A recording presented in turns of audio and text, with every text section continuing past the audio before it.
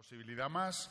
Ignacio Brunel, que viene desde Málaga, desde el Hospital Quirón de allí de Málaga, nos va a hablar de Linzagolix, de los estudios pivotales de Primrose, de Linzagolix, para que veamos un poco los datos que tenemos hoy en día con este nuevo fármaco para saber en qué casos podemos utilizarlo y también un poco lo que decía Pilar, ¿no? ¿Qué podemos esperar? ¿Qué les podemos decir a los pacientes de cuánto le va a reducir el sangrado, cuándo, el volumen, todo esto? Pues nada, cuando quieras. Muchísimas gracias, Nacho. Muchas gracias también a Terames por organizar estas jornadas tan interesantes y sobre todo por haber contado conmigo para presentar este fármaco que yo creo que nos va a dar un juego bastante interesante en un futuro. Obviamente mi conflicto de interés hoy es con Terames, que organiza esta jornada. Y bueno, el objetivo de mi charla es desgranar un poco el ensayo clínico Primrose 2 que está realizado en Estados Unidos y en Europa, sobre todo más del 90% de los pacientes en Europa, sobre el Linzagolix y comentaros los resultados que ha tenido este ensayo clínico y la repercusión que pueda tener en nuestros pacientes respecto al tratamiento de los miopas. Y vamos a empezar con una preguntilla para ver en dónde nos encontramos todos en cuanto a conocimientos de agonistas, antagonistas. Entonces, la pregunta es, respecto al tratamiento de los miomas con antagonistas de la GnRH, ¿cuál sería la correcta? ¿Producen menor hipoestrogenismo a largo plazo que los agonistas? ¿Presentan un flare-up de mayor intensidad? ¿Su acción es más inmediata que los agonistas? ¿O la principal desventaja respecto a los agonistas es su modo de administración? ¡Uy! ¿No lo habéis visto?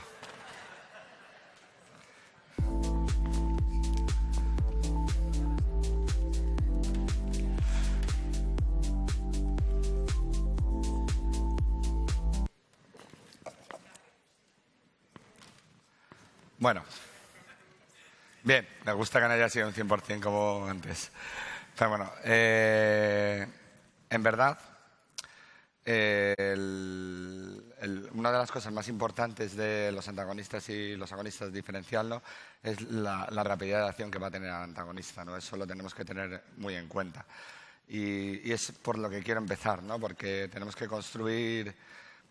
no tenemos que construir la casa desde el tejado, ¿no? Tenemos que conocer e ir al conocimiento básico, ¿no? ¿Por qué se producen los miomas? Se ha estado hablando antes de factores exógenos, ¿no? Factores que no podemos controlar, factores de riesgo como pueden ser la raza, pero otros factores ambientales, la exposición a determinadas sustancias, la vitamina D, que también se ha hablado, la edad, la obesidad, la paridad. Y luego hay una serie también de factores inflamatorios, factores genéticos, mutaciones que no entendemos, alteraciones en los factores de crecimiento tumoral que van a desarrollar una serie de cambios en las células miometriales, ¿no? En las células madre miometriales, que van a empezar a crecer de una forma desordenada. Y es verdad que hay mucha implicación en todo este juego de los estrógenos, de la progesterona también, pero también de los estrógenos, en cuanto a el control del crecimiento celular de la célula miometrial. Esto es un follón tremendo, pero es verdad que la mayoría de las señales que inducen a un crecimiento de la célula miometrial van a ser estrógeno dependiente, con lo cual eso ha hecho que nos focalicemos mucho en intentar bajar esos estrógenos. Y para entender cómo podemos bajar los estrógenos sin alterar a la paciente, tenemos que ir siempre a lo básico. Ciclo menstrual, ciclo ovárico, todo esto lo conocemos bien, ¿no? Las señales del hipotálamo, los pulsos de la GnRH, FSH y LH, que van a estar involucrados en el reclutamiento folicular, en la ovulación, en el pico estrogénico y los cambios que va a haber en el endometrio. Todo eso lo conocemos y como decía antes Meritxell, esto es una clase de medicina básica, ¿no?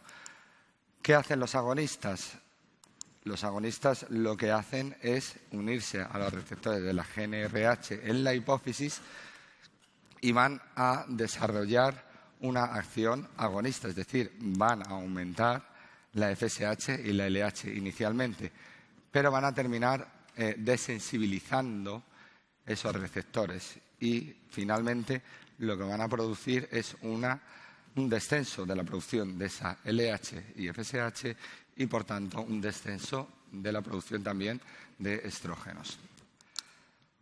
Los antagonistas, en cambio, lo que hacen es directamente competir con la GNRH endógena de las pacientes y van a inhibir directamente los receptores de la GNRH, con lo cual, desde el principio, se va a disminuir la producción de FSH, de LH y, por tanto, de estradiol.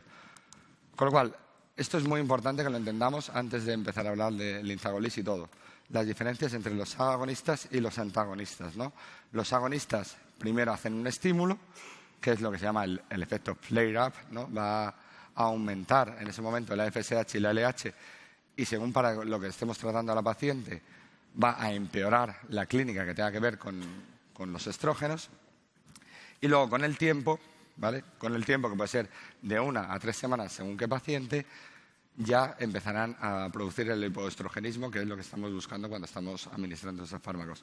En cambio, los antagonistas, desde el principio, van a hacer un bloqueo directo de estos receptores, van a suprimir la secreción de FSH y LH y su acción va a ser mucho más rápida, de unos días, 3, 4 días.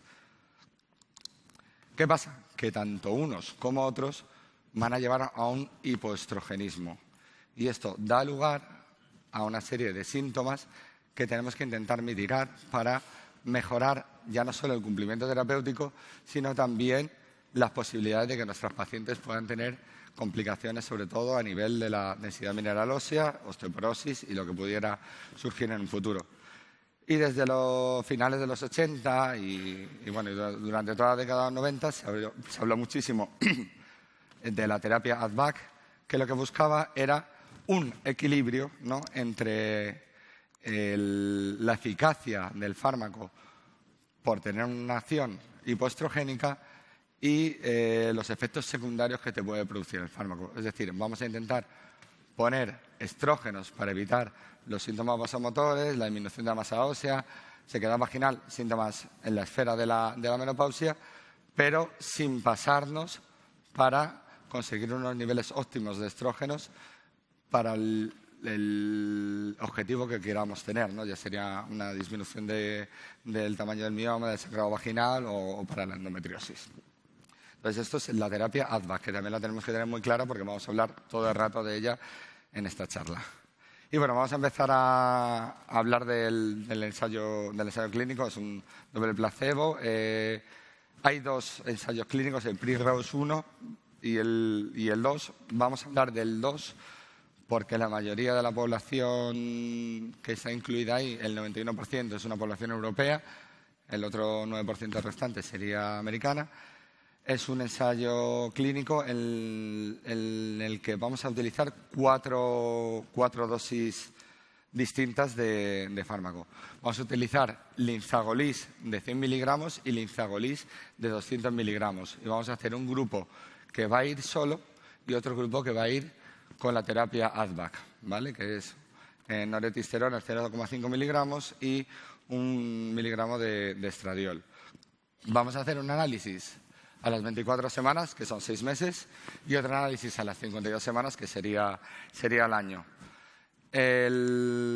¿Por qué utilizamos estas 2 dosis de linzagolis? Porque es muy importante el concepto de la supresión ovárica y del rango terapéutico en el que nos queremos mover. Si nosotros estamos por debajo de 20, y esto es una cosa que está absolutamente consensuada desde hace muchos años, estamos en un rango en el que van a empezar a aparecer síntomas propios de la menopausia y, sobre todo, vamos a tener una disminución de la densidad mineral ósea, que es lo que más nos ha preocupado siempre en las pacientes en las que estamos aplicando tratamientos hipoestrogénicos. Pero es que si nos pasamos de 50 a 60, ya no estamos obteniendo el beneficio que queremos del fármaco. Estamos tratando a una paciente, pero no le estamos siendo eficaces. Con lo cual, nos tenemos que mover entre 20 y 60 para no tener los síntomas del hipoestrogenismo y tener una eficacia buena. Como veis en la gráfica, los que están por debajo de 20 sería el Lizagolis de 20, de 200 miligramos, que es el que produce una supresión total del ovario. Sin embargo, cuando utilizamos dosis de Lizagolis de 100, ya sea con terapia o no ASVAC, o Lizagolis de 200 con terapia ASVAC, sí que nos vamos a mover en un rango terapéutico bueno sin tener ese hipoestrogenismo tan marcado.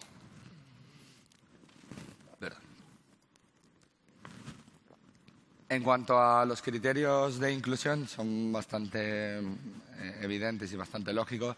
Más de 18 años, que no esté con una FSH excesivamente elevada, miomas de 2 a 12 centímetros de diámetro, no excesivamente grandes, o que tengan varios miomas que no supere el volumen uterino 200 centímetros cúbicos, y un sangrado menstrual abundante que está definido en el ensayo clínico como más de 80 mililitros por ciclo durante más de 2 ciclos, ¿vale?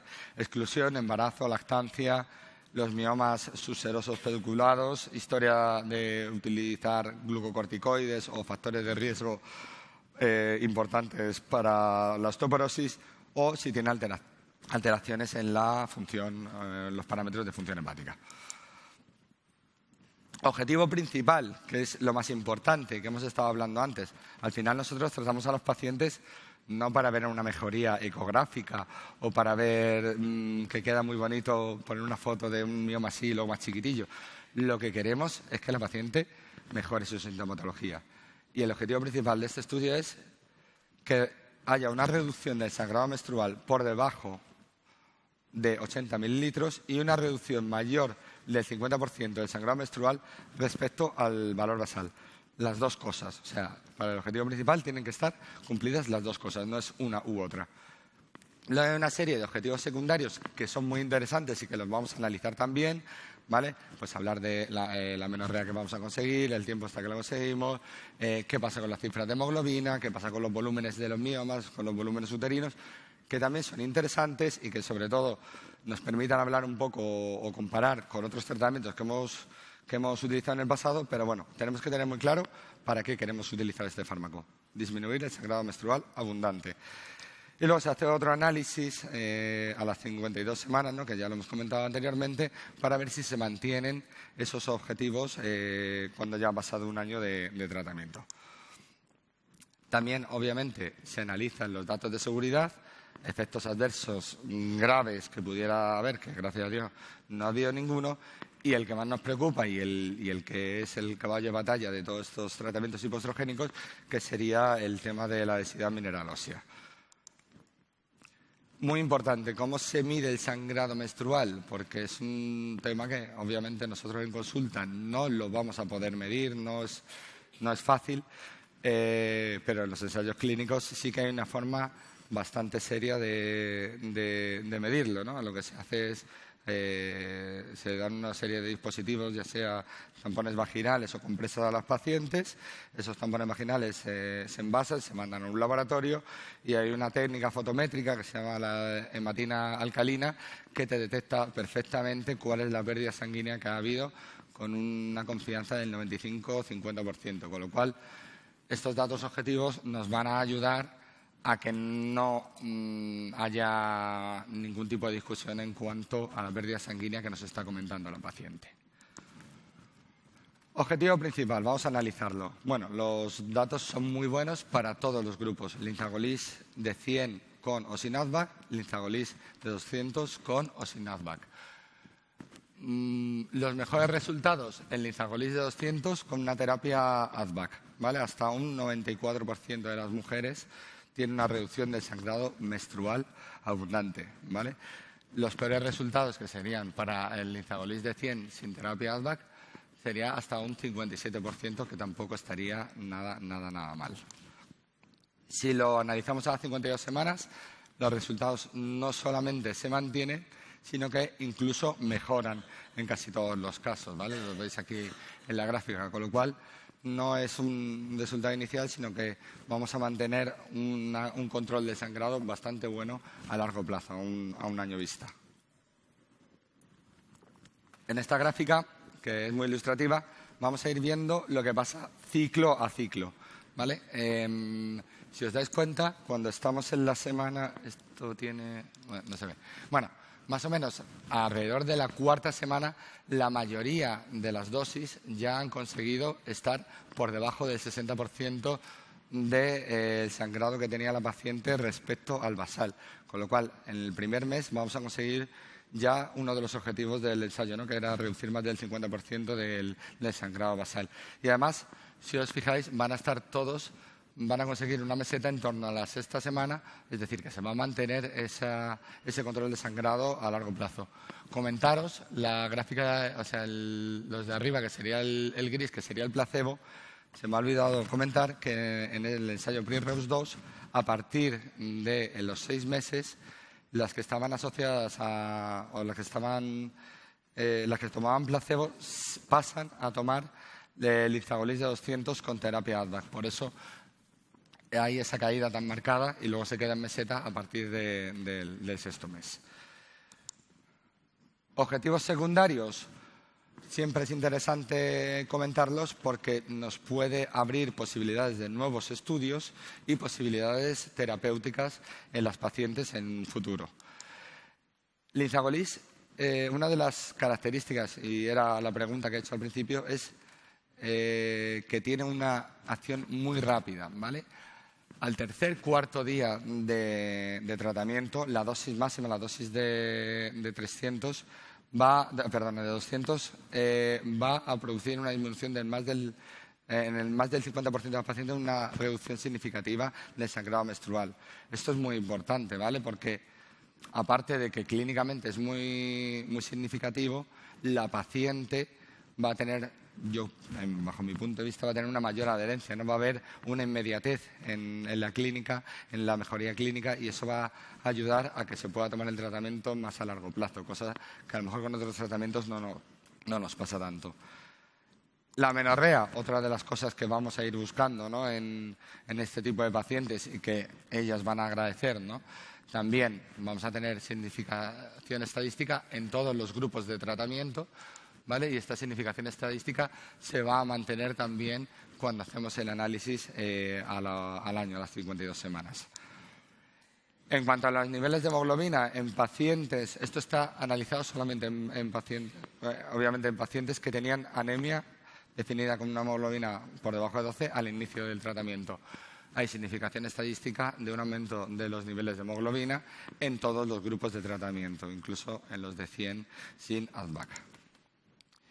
Y dolor asociado a los miomas, pues en la gráfica de la izquierda podéis ver pacientes que inicialmente tenían un EVA mayor de 4, la reducción de dolor que tienen en cuanto a tener un dolor por debajo entre 0 y 1 es significativa en todos los grupos de tratamiento, y la reducción en todas las pacientes, que sería la gráfica de la derecha, también es significativa, tuvieran o no tuvieran dolor por encima de 4 al inicio del estudio.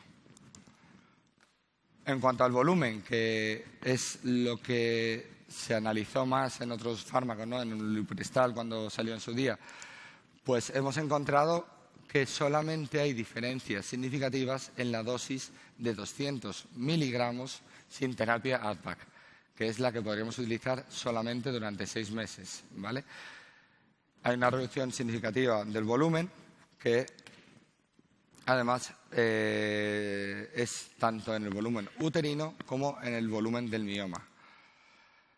Más o menos del 50%. No tan llamativa como teníamos con otros fármacos, pero sí que es significativa, y tenemos que tener presente que, aunque sea una variable secundaria, es un punto a favor del tratamiento durante 6 meses para poder, a lo mejor, en un futuro plantear abordajes quirúrgicos o cambiar, a lo mejor, como ha contado antes Josep, el tipo de cirugía que vamos a hacer, poder plantearnos una histeroscopia en un paciente que no nos la podíamos plantear, o incluso una laparoscopia, ¿no?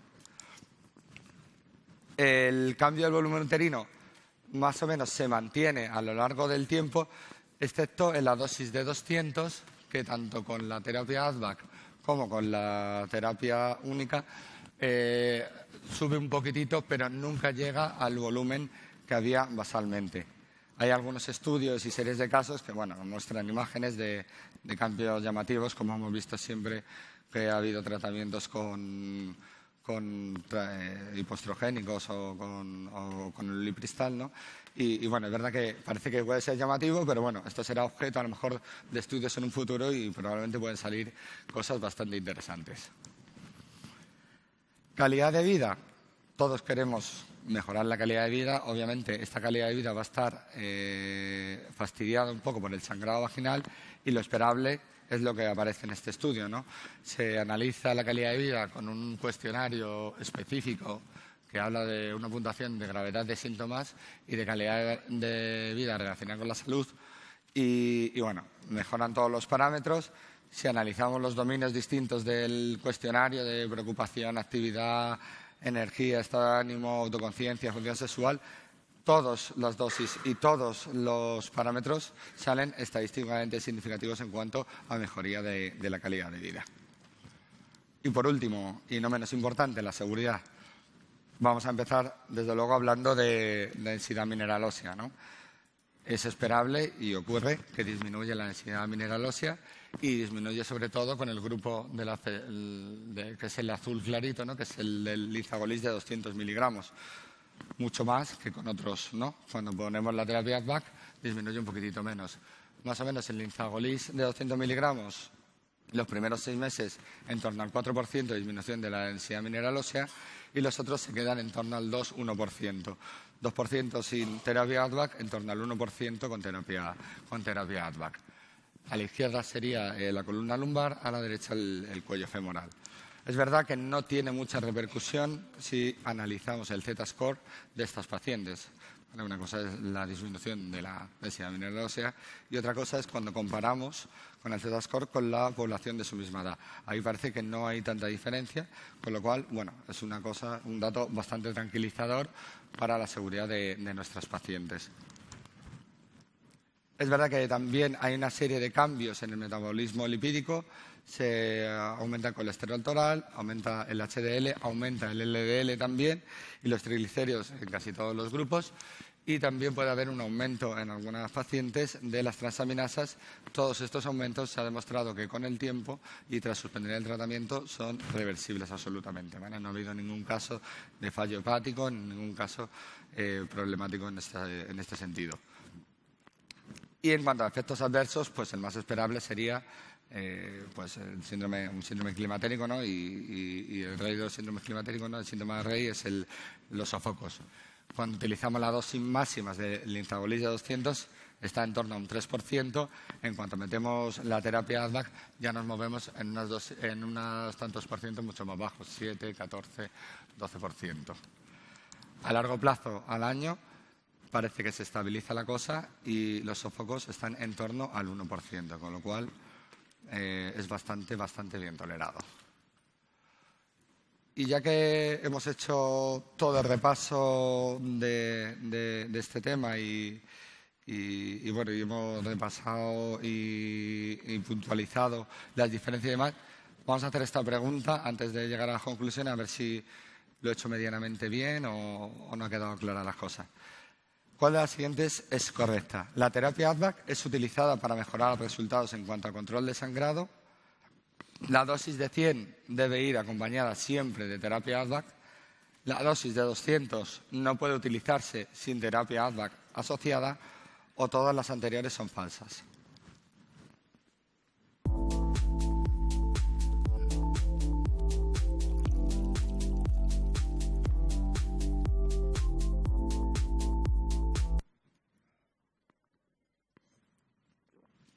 Bueno, ahí hay un 11% y un 2% que hay que explicar. La terapia ADVAC, el sentido que tiene únicamente es controlar los síntomas asociados al hipoestrogenismo. Síntomas vasomotores, sequedad vaginal, disminución de la densidad mineral ósea. Hemos visto que, curiosamente, cuando utilizamos, bueno, curiosamente no, tiene su lógica, ¿no? Cuando utilizamos la terapia ADVAC, también parece que hay unos mejores resultados en cuanto a control del sangrado, pero no es el propósito de la terapia ADVAC mejorar los resultados en cuanto a control de sangrado. Y la dosis de 200 no puede utilizarse sin terapia ADVAC. Sí, puede utilizarse durante 6 meses sin terapia ADVAC. Solamente 6 meses. Y además, como hemos visto, durante esos 6 meses tiene unos resultados, los resultados más espectaculares en cuanto a control del sangrado y en cuanto a disminución del volumen. Con lo cual, eso nos lo tenemos que tener guardado. Tenemos la versatilidad de poder utilizar un tratamiento a largo plazo o tenemos la posibilidad de utilizar una terapia durante 6 meses que nos va a reducir casi un 50% el volumen. Bueno, conclusiones. Linzagolis disminuye la hemorragia casi en un 94% en el mejor de los casos, en torno a un 70% en el peor. También disminuye el dolor que pueda estar asociado con los miomas. Hemos comentado que puede disminuir hasta un 50% cuando metemos un Linzagolis 6 meses a dosis de 200 miligramos y va a mejorar también todos los parámetros de calidad de vida medidos con cuestionarios específicos. Muchas gracias y yo creo que vamos a tener una discusión ahora interesante.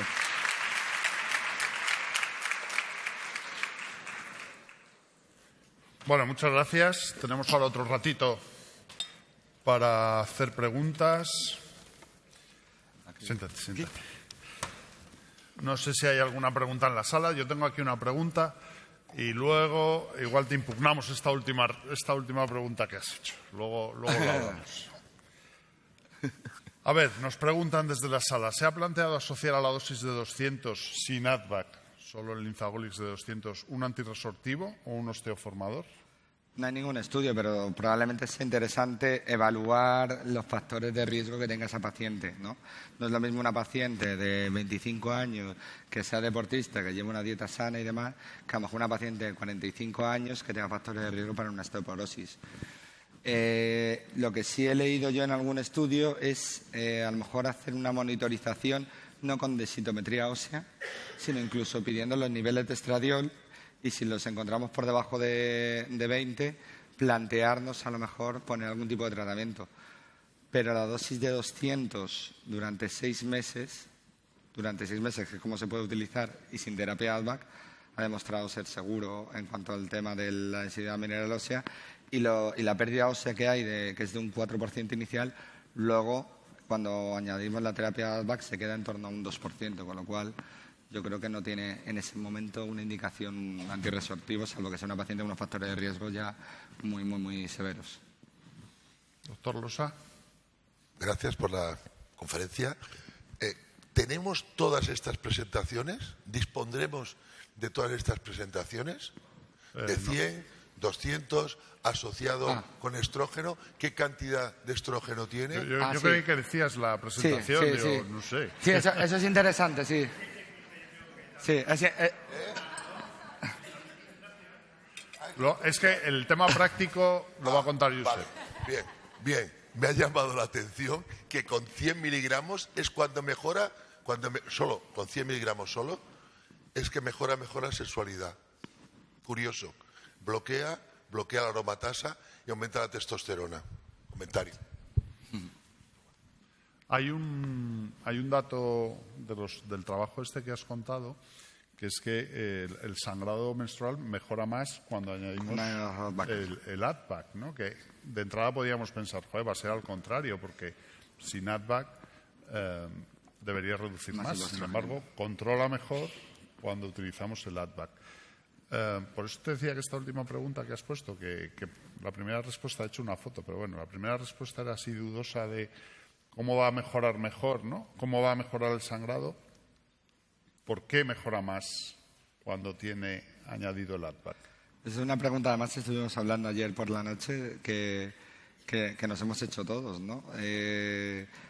Probablemente el hipoestrogenismo que produce la dosis de 200, que es la que es más severo, y el hipoestrogenismo que te va a producir, aunque no sea un anticonceptivo, el asociar un estrógeno y una progesterona al mismo tiempo, puede sumarse, o sea, estoy hablando a nivel endometrial, ¿no? O sea, la atrofia endometrial que te puede producir asociar una terapia hormonal del miligramo del estradiol con la nordesteroona y meterle un hipoestrogenismo brutal, probablemente eso a nivel endometrial tiene más efecto que solamente una terapia ADVAC. Es lo que estuvimos ayer comentando, pero en verdad no hay ninguna explicación lógica ni se ha hecho ningún estudio más allá, aunque es un dato llamativo. Además, cuando medimos el volumen pasa justo lo contrario, que cuando ponemos la ADVAC la disminución de volumen es mucho menor. Entonces, también tiene cierto sentido eso, ¿no? Que cuando estás metiendo ahí un poquitín más de estrógeno, un poquitín más de progesterona, no te va a disminuir tanto el volumen. Pero a nivel endometrial, que es lo que va a explicar el sangrado menstrual abundante, a lo mejor el ADVAC también va a hacer un poquito de efecto en cuanto a atrofia endometrial. Claro, yo es lo que creo, ¿no? O sea, si yo doy sin ADVAC, estoy haciendo un tratamiento específico del mioma, el volumen me va a reducir mucho. Si le meto el ADVAC, estoy haciendo como cuando mandábamos la píldora para los miomas, ¿no? Estoy haciendo además un tratamiento endometrial y yo comparto esa respuesta, ¿no? Bueno, te preguntan desde la sala, ¿hay experiencia con Linzagolix para miomas tipo 3 previo a gestación FIB? No, no hay ninguna experiencia, pero yo creo que es una diana terapéutica perfecta, ¿no? El mioma tipo 3, sobre todo los que se dedican a histeroscopia, es un desafío. Tiene muy mala solución por vía histeroscópica. Se ha hablado antes de radiofrecuencia, habla Josep también, de que puedes, con tratamientos de radiofrecuencia, sentirte un poco más cómodo para abarcarlos, y si disponemos de un fármaco que nos pueda disminuir el volumen y que a lo mejor el tipo 3 prácticamente se convierta en un tipo 4, pues probablemente, y esto es una opinión que creo que podemos compartir todos, probablemente debería de mejorar los resultados en fertilidad.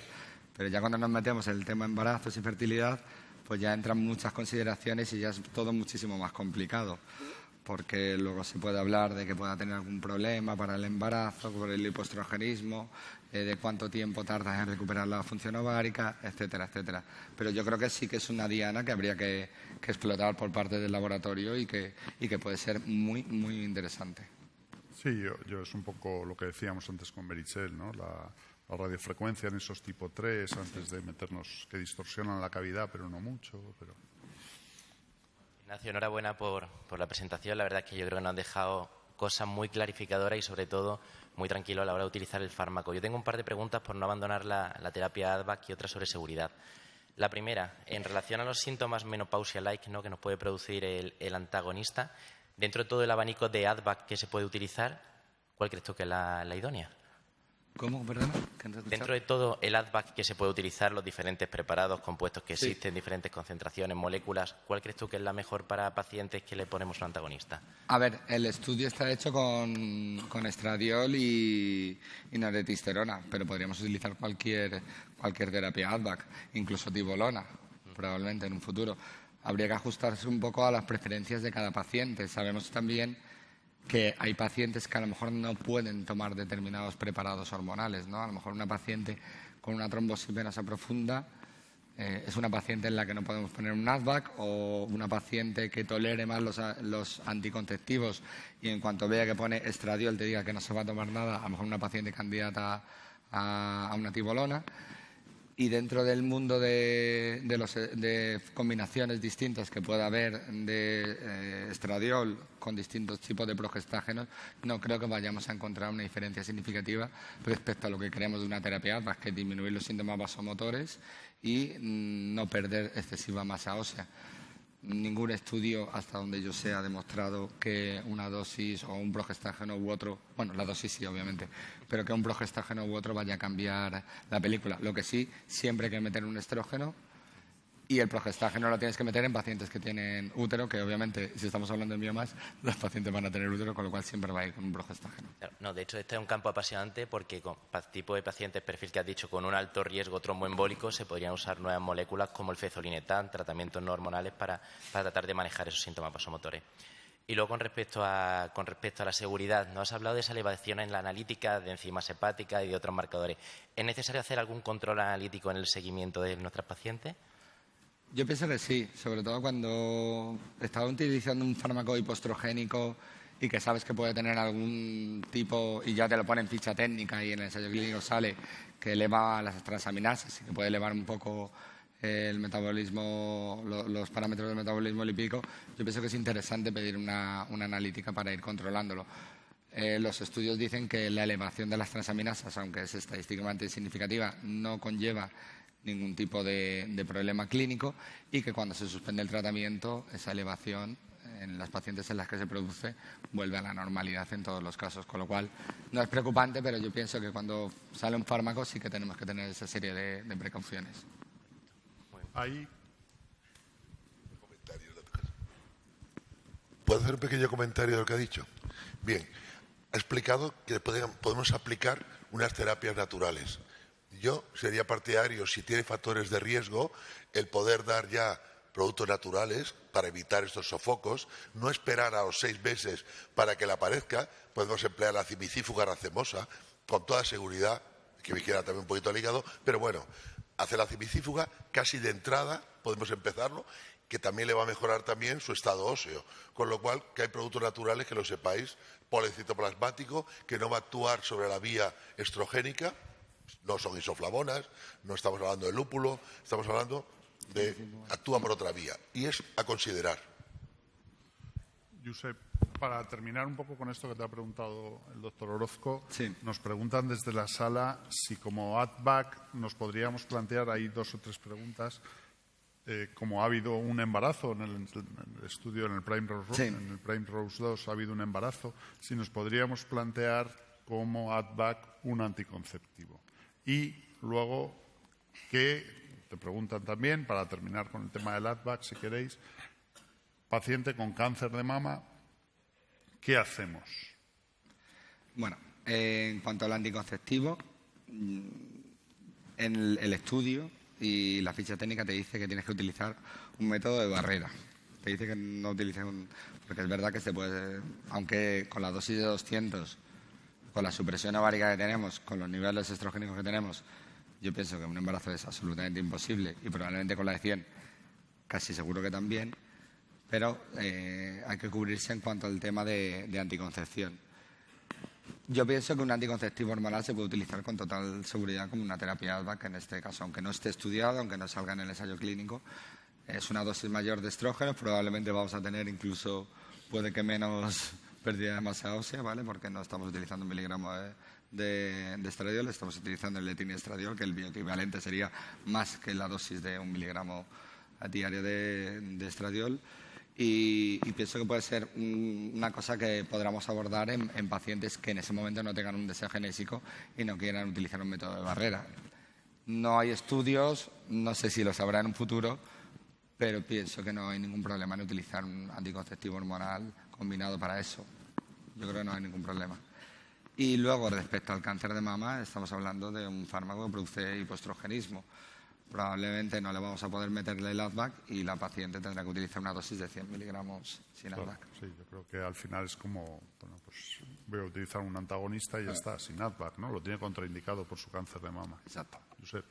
Yo solo hacer una pequeña aclaración en cuanto a la seguridad, porque sí que es cierto que hay unos cambios en parámetros analíticos y que sí que pueden ser significativos, pero son clínicamente irrelevantes, ¿no? Y en este sentido yo creo que no hay una recomendación firme de hacer controles analíticos.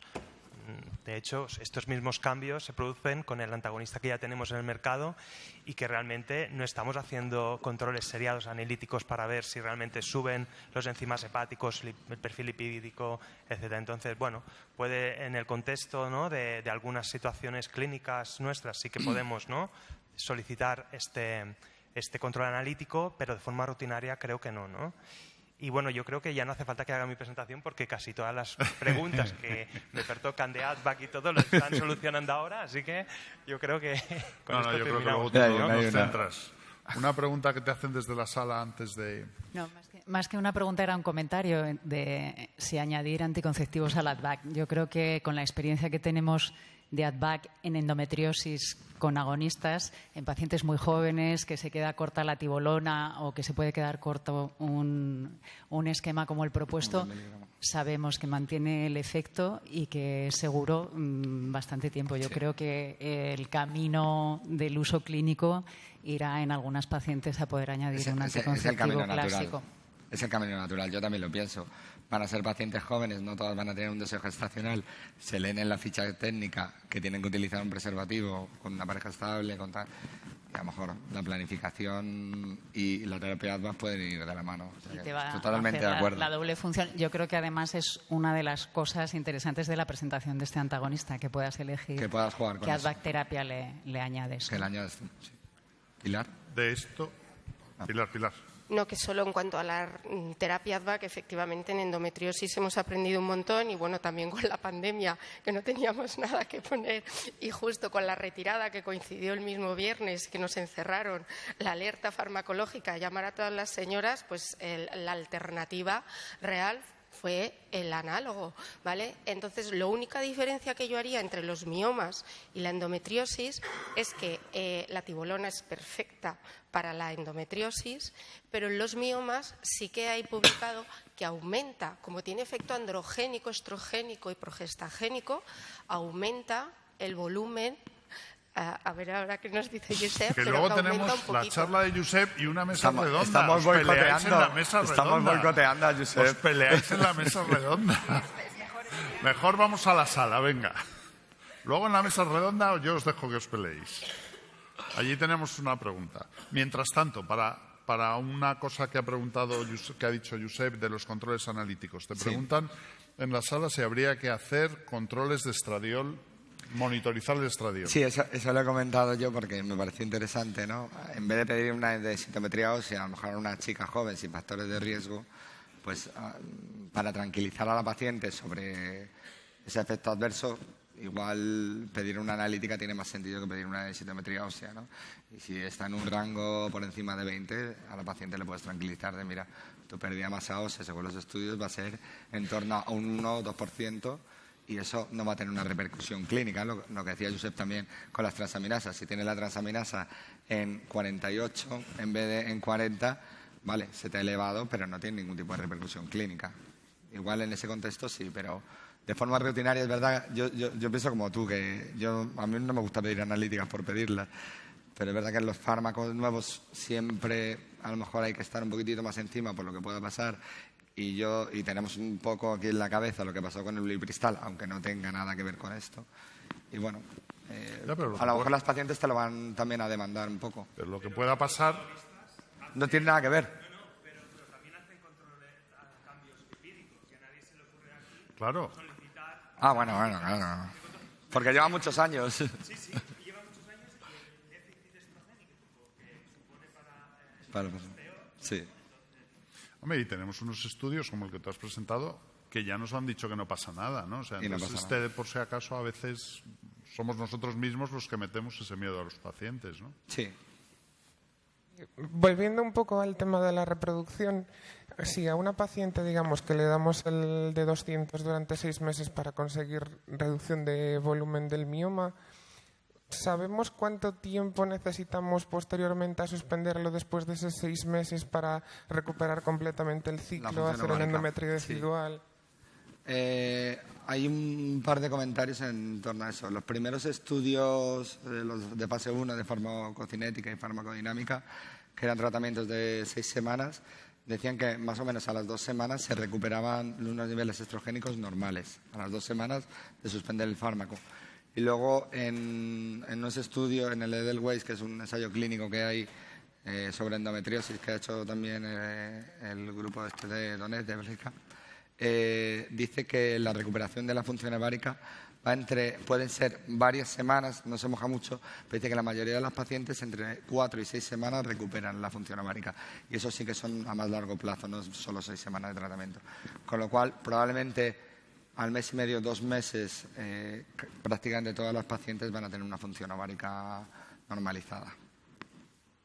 ¿Y recrece el volumen del mioma? Eso habrá que estudiarlo. Pero es verdad que la tendencia que he mostrado es que la dosis de 200, sí es verdad que decrece, pero se queda en una meseta, parece, al año, y las otras dosis sí que se quedan en meseta en el año. Entonces, yo pienso que si mantienes el tratamiento a largo plazo, si el estudio de un año con 100 miligramos, que es el que probablemente se mantendría a largo plazo en casi todas las pacientes, parece que el volumen se va a quedar estable. María.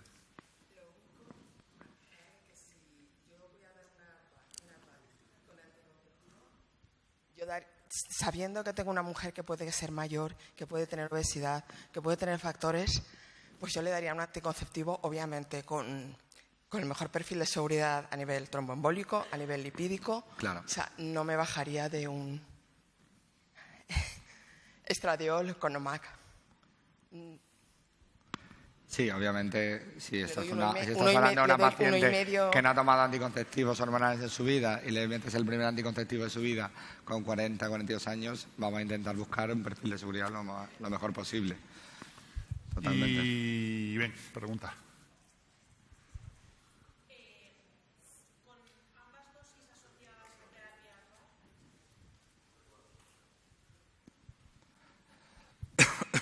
Estás teniendo Buenos muchas días. preguntas porque lo has hecho interesante. No he dejado nada resuelto. Hay muchas No. preguntas. Buenos días. Si consideramos las dos dosis, las dos con terapia ADVAC, Vale. ¿tenemos un tope máximo de tiempo de darlo? No. Todo el tiempo que queramos hasta que llegue a la menopausia. Según ficha técnica, en ficha técnica no viene el tope. El estudio es a 1 año, saldrá una extensión que es a 2 años, pero en principio no hay ningún tope. Gracias. Podrías hacer un tratamiento crónico con 100 o con 200 con ADVAC. Con 100 la puedes hacer sin ADVAC, con 200 siempre con ADVAC. Una pregunta que te hacen por la app. Y si no hay más, terminamos y nos vamos al café, para que nadie se enfade con nosotros. La terapia ADVAC. ¿Podríamos plantearnos la terapia ADVAC con un parche sin gestágeno, sin asociar un progestágeno? No. ¿O siempre vamos a tener que asociar? Tienes que asociar un gestágeno por seguridad endometrial. Y además es que todas las pacientes nuestras van a tener útero, lo que digo, estamos tratando miomas, ¿no? Presuponemos que tienen endometrio casi todo. Siempre va a haber que asociar. Otra cosa será ya cuando hablemos de endometriosis y demás en pacientes histerectomizadas, ahí sí que sería súper interesante, ¿no? Meter un parche de estradiol, de estrógenos, y ya está. Pero si tenemos útero tenemos que asociar el gestágeno siempre. Sí, además parece que no tiene mucho sentido, ¿no? El antagonista, el parche, el progestágeno por separado, ¿no? Una locura. ¿Alguna pregunta más? Venga, pues nos vamos a un café, Cafecillo. media horita y volvemos.